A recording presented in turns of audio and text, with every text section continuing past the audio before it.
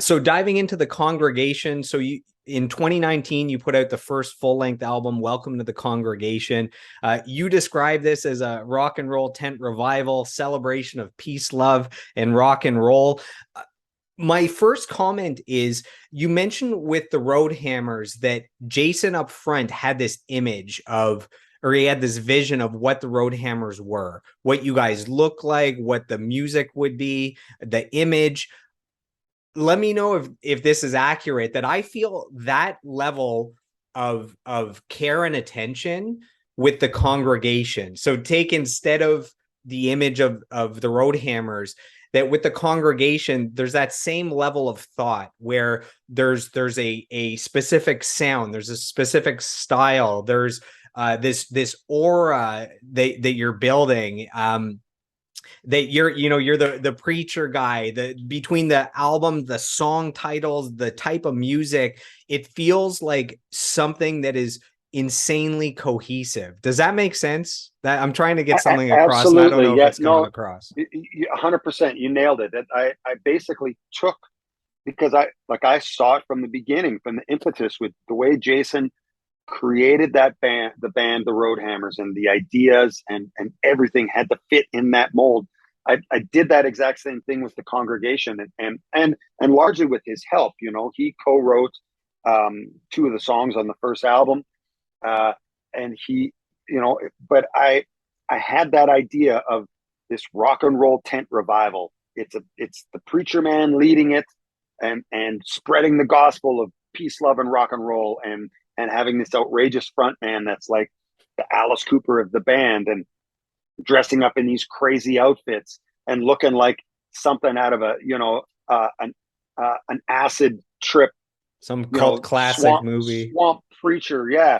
And so I went out and I bought these crazy ass looking suits and big hats, and became that character for the band. And exactly. And it took a long time, like we were talking about earlier, to write the songs that fit in that mold. And I had to write so many on that first record, and I still feel like it it didn't quite cohesively become what it needed to be until the second album. It still had flavors of that Roadhammer stuff in the first record, which is not bad because that's part of who I am as an artist. But to really shed the skin and get both feet firmly planted in rock and roll, and trying to put all the pieces of the puzzle together, I felt like the new album is really where we landed on it. There's a fan question from Taylor Nicole Evans. She wants to know, were there challenges when changing genres and starting a new project, or did it flow pretty naturally to you? There were a lot of challenges. Yeah. On the first record, a lot of pushback from radio, from people, just like, that's not rock and roll, or that's not rock and roll enough, or you're a country artist. What are you doing? Like, you should stay in your lane. Don't come over here. This is ours. You stay over there. Do your thing. I felt there was a lot of that. And I, looking back on the album now from 2019, I could see why, how it's still, like I said, had those flavors. People didn't really know what to do with it. They didn't know how, really, they either loved it or hated it, which I thought was amazing, because I always want a reaction out of people. I don't want them to be indifferent. They're either going to go, this is the best thing I've ever seen, or I fucking hate this. I never want to see it again. Because at least they're getting a reaction. But like I said, it took time to develop. But yeah, there were obstacles that we had to kind of climb. But we just, I didn't quit. I wasn't. I wouldn't be. I wasn't going to be thwarted. I had this vision, and it was something I wanted to do. And even though, you know, unfortunately, I put that record out. I was wrapped up with a terrible record label at the time, and it took a long time to get out of that. And on top of that, then we had the pandemic. But during that time, I wrote hundreds of songs, and really got the chance to hone even more where I wanted to go with the music, and what I wanted to do to get us to the what I felt like was the next level, which is still the Congregation, but a step further down the road. to kind of swimming out into that deep end like we talked about So creatively. the two most popular songs on Spotify from that album are Resistors and Secondhand Man. One of them has 500,000 spins, one has 300,000. They both have really badass guitar riffs. Do you remember the first time coming up with those guitar riffs? Were they some that you had in your back pocket from years ago, or was it during the writing of this that you came up with it? Yeah, the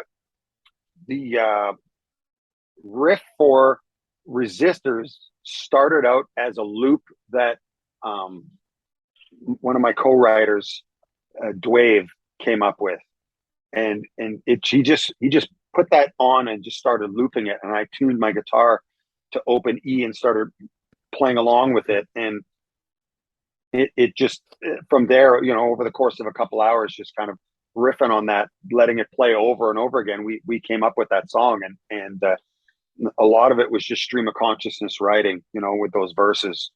Um, but definitely one of my favorite tunes on the album. There's a lot of horns on that debut album. So there's horns on Church of Rock and Roll, Secondhand Man, Rock, Super Love, Out of My Mind, The Healing. And then I don't believe there's any horns on the new album. So where do the horns come from for that album? And maybe a shout out for the people playing them. Yeah, I mean, big shout out to the horn players everywhere. I absolutely love that, and again, trying to bring into that whole tent revival feel. The first album was really heavily influenced by like, Mad Dogs and Englishmen. That album, uh, you know, I wanted Aerosmith. How they have their horns on some of their records. I love rock and roll with horns, and I really wanted to bring that in.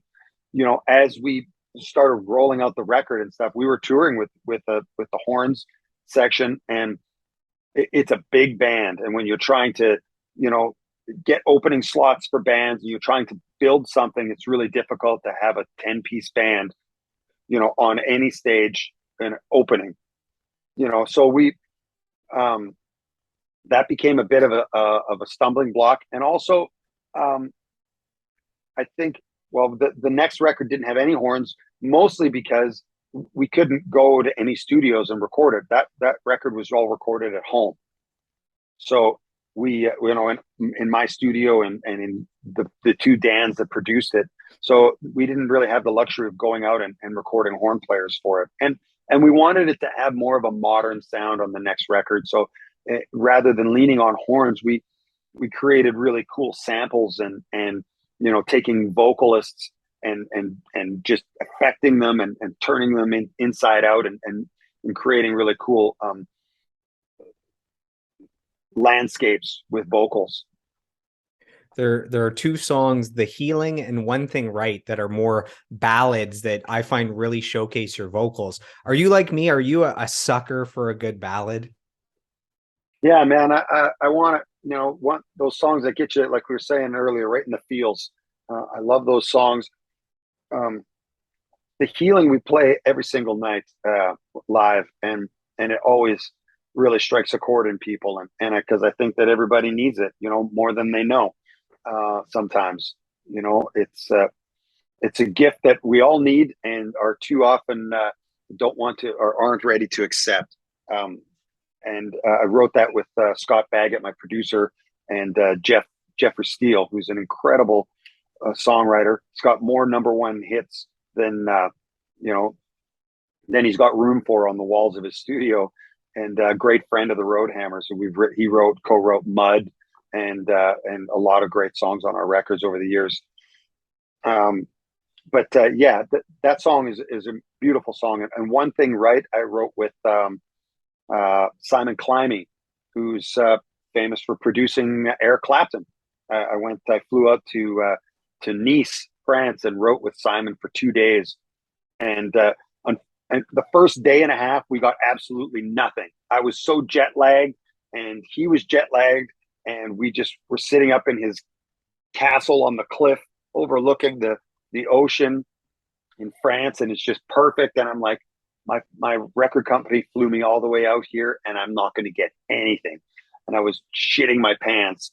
And he knew on the second day that, hey, we're running up against stumbling blocks here. Nothing's happening. Hey, he's very English, so he's like, oh, we're breaking for tea. We're gonna have some tea. So I'm not very good with my English accent. So he goes into the other room and starts making tea, and I pick up this guitar, this old vintage '60s 335, and I hear him yell back from the kitchen. He goes, "Oh, that's Eric's favorite guitar."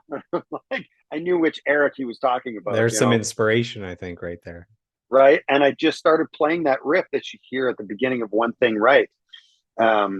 It was coming up through the monitors, and it just sounded great. He had a vibrato pedal clicked on, and it was just really just hitting the mark. And I was just kind of noodling around with this riff, and he immediately, you heard everything stop in the kitchen, and he came into the studio and sat down on the piano and started playing these chords underneath the riff. And I just said out loud, I said, "You've seen my best, you've seen my worst." And then he piped in right behind me and went, "Days I know, I don't know what comes first. Life ain't always black and white, but loving you, I did one thing right." And that was it, man. We were on, like, right now, it gives me chicken skin. We were on the hunt right at that moment. And the song was done within an hour. We had spilled it out on the page and put it on the record. And it was quite an experience. Can we take a moment to acknowledge what might be the greatest song title of all time, which is Undercover Lover? Can we just give a moment for that title? And where did that come from? That was my ode to Prince with that title, the way it was spelt and written out. But all one word, yeah. Yeah, I love that title and that whole vibe. We used to play that one live. I would love to bring it back into the fold, and when we start getting more time, more longer sets. But Undercover Lover is a fabulous tune, and just a wild, greasy groove. And I don't remember where the inspiration came for that song, but I remember that it was, I kind of hit a string of tunes. Commandment 11, Undercover Lover, and Resistors were all kind of back to back to back. And if you play them in that order, you can kind of hear the role that I was on.